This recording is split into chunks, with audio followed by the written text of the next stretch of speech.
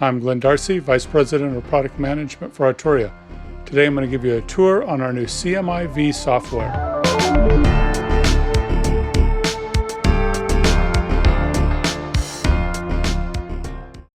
The purpose of this video is to show the features and functionality of the software. It's not a tour of the sounds. If you are interested in hearing the sounds of the CMI, I suggest that you visit www.arturia.com and download a demo version of the software so that you can try it on your home studio monitors. For the purpose of this video, I suggest you download it so you can better follow along.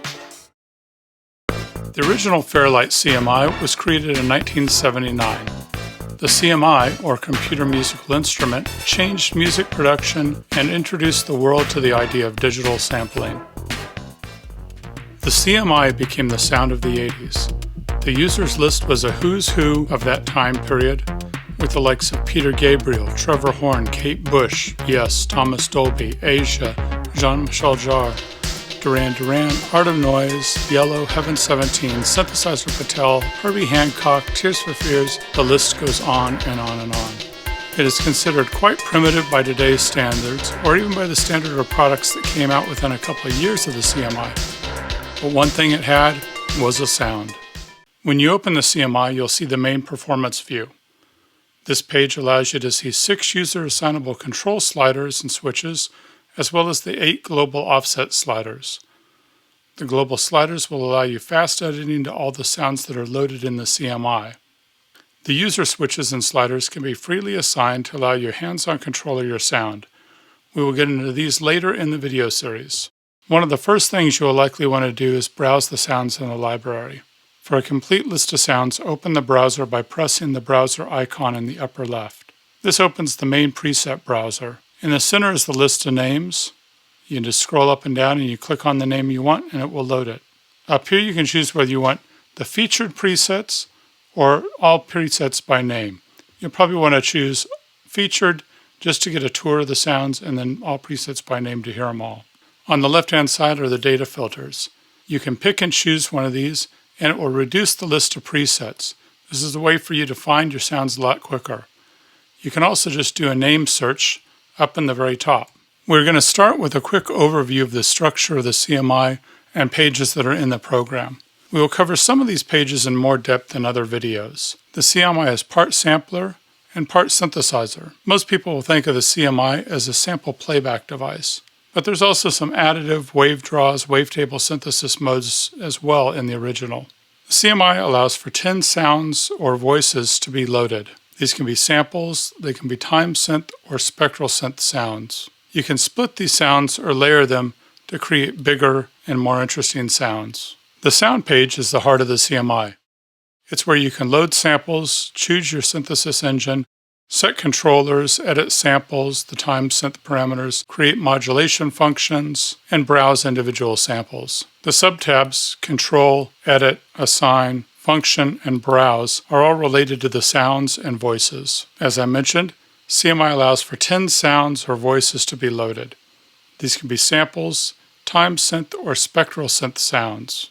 At the bottom of the screen, you can see the slot for these 10 voices. You can load samples, you can mute and solo the sound, and then you can audition the sound by pressing the button here. You also have pan and level controls for each voice. The control screen offers the general controls over each sound. The voice that is selected is the one that you are editing. You have access to sampler synthesis parameters like the sample start, loop start, and spectral synthesis options. You also have tuning controls, access to a low-pass filter, as well as level controls. You'll also find the envelope, the vibrato, and the portamento and bend controls in this page. The edit page gives you deeper access to the sample and time synthesis pages. You can choose a 2D or 3D display. When you play the sound, you can choose to follow it. This is going to depend on the screen zoom, and you can zoom in and out of your waveform at this point.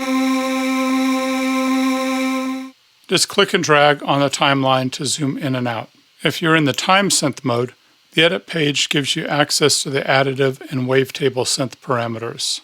The assign page allows you to route the user assignable switches, sliders, as well as modulation functions to any parameter in the center section of the screen.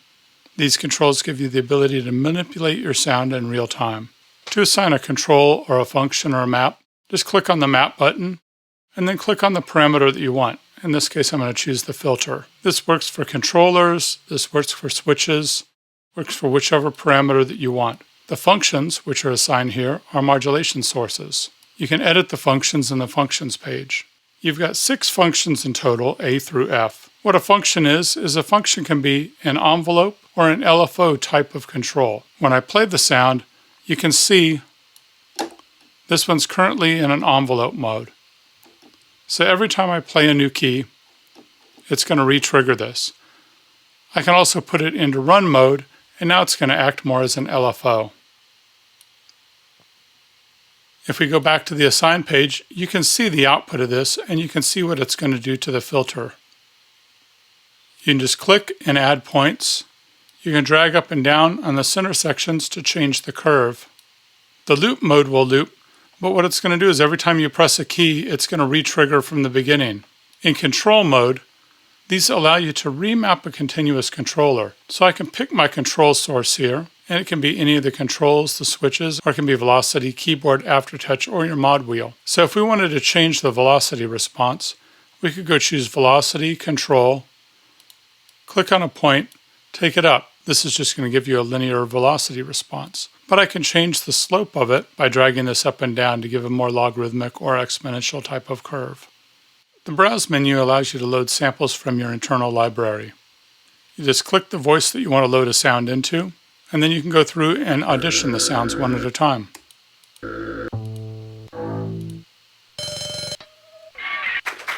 You can use your up-down arrow on your keyboard to quickly step through the sounds. To load a sound, just double-click on it, and it's going to load it into the voice you have selected. You can also just go to your files, click it, and drag it into the slot. Now that you know how to load samples into the Fairlight, the next thing you're going to want to do is be able to map these to different pitches. We'll do this using the Tune Map page.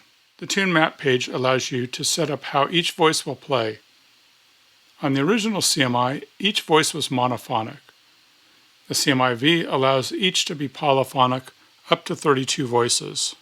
You can set which key on your keyboard the original pitch of the sample will play on. You can also set the key range for it. Now I've loaded up 3 different drum beats, but I don't want them all on one key.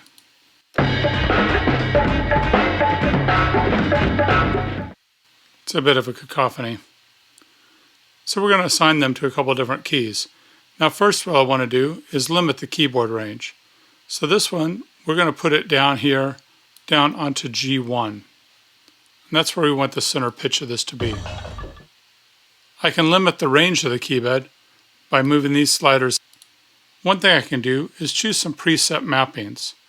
So we're going to use a drum mapping here, and it's going to take each of my samples, map them to a small range, and set the root note at the bottom of these ranges.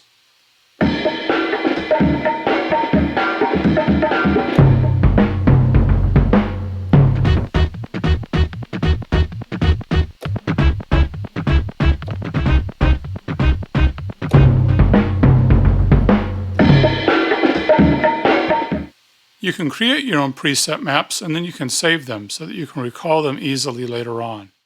On the lower left, you can also see that there's tuning as well as a global pitch. The scale control allows you to set how much pitch is going to go to any of these. So we've soloed this drum part, we've extended its range, and we've set the center note here.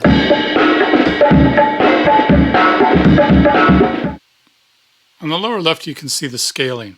Now the scaling is going to determine how a sound plays across the keyboard. So I've loaded up the snare sound, and if you listen, it will play chromatically. But one thing I might want to do is just vary it a little bit. So using the scale control here, I can limit how the scale responds.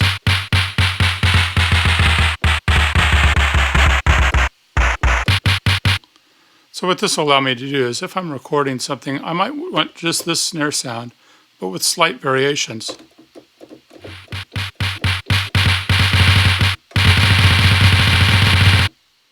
The mixer page is pretty self-explanatory. You can mix the levels of each voice. Each voice can have an insert effect applied. Just click on the voice and then pick and choose the effect that you want out of the list above.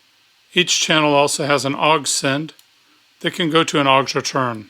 You can also apply 2 effects on the final master bus.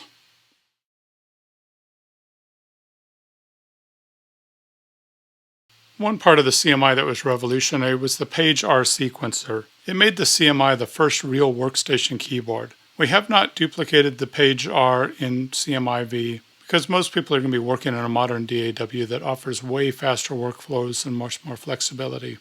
However, we did put a sequencer that allows triggered playback, and this can be useful in a couple different cases. This means that you can take a bunch of drum samples and create drum patterns or make melodic patterns that can be played and transposed from your keyboard.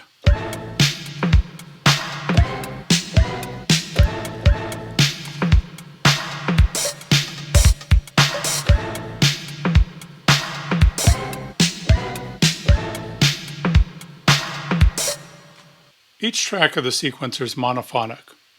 You can set the note value, the velocity, and the duration of the note. There are 8 patterns in a preset, and the patterns can be chained together by clicking the arrow between them. You have swing.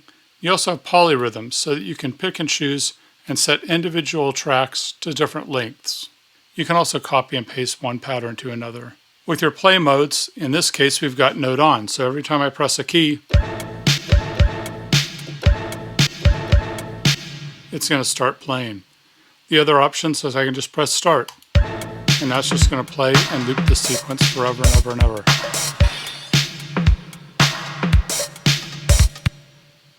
You can also set MIDI start so that it will start with the clock from your MIDI sequencer. You have your tempo as well as sync commands as well here. This video introduction is just the beginning. Look for other CMI videos where we'll be digging into the samples, time synthesis, and other more advanced functions.